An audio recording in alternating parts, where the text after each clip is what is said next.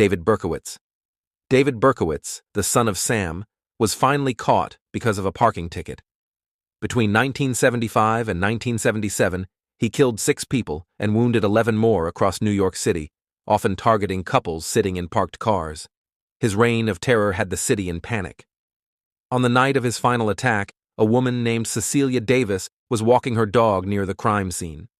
She saw a police officer writing a ticket for a car parked illegally by a fire hydrant. Nearby, she noticed a man holding something dark and acting strangely. Moments later, she heard gunshots. Too frightened to speak out, she waited 4 days before reporting what she saw. Police checked every car ticketed in that area that night. One of them was a yellow Ford Galaxy registered to Berkowitz. Detectives kept watch on his car and spotted a rifle inside. When they finally moved in, they found the .44 caliber revolver that had been used in the shootings. Berkowitz didn't resist. Instead, he smiled and said, "Well, you got me." After 2 years of terror, it was a parking ticket that ended the nightmare. Joel Rifkin. Joel Rifkin was caught because he forgot to put a license plate on his car.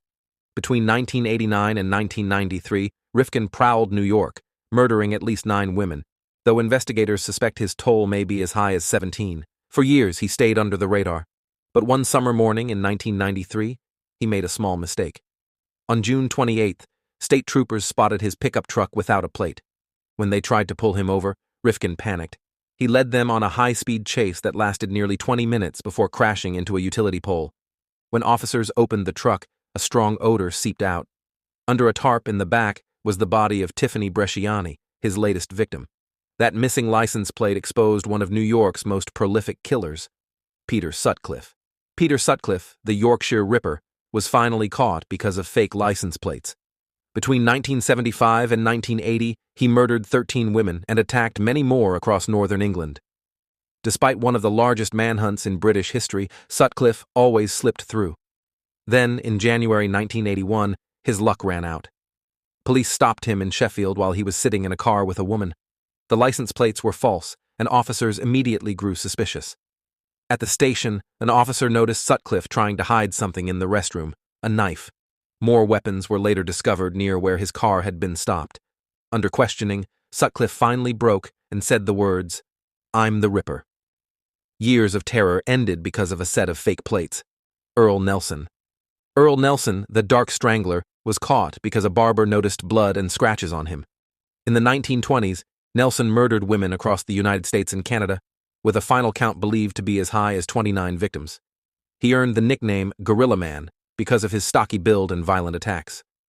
In 1927, police in Winnipeg were actively searching for him when Nelson made his fatal mistake.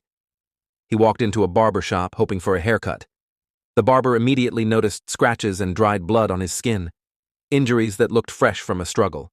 Suspicious, he quietly called the police. Nelson was arrested, tried, and eventually executed in 1928. A simple haircut had brought down one of the most feared killers of his era, Arthur Shawcross. Arthur Shawcross was caught because a police helicopter spotted him parked on a bridge. Released from prison in 1987 after serving time for child murder, Shawcross quickly returned to killing, this time targeting women in Rochester, New York. Between 1988 and 1990, at least 12 victims were linked to him. As bodies surfaced, police stepped up surveillance.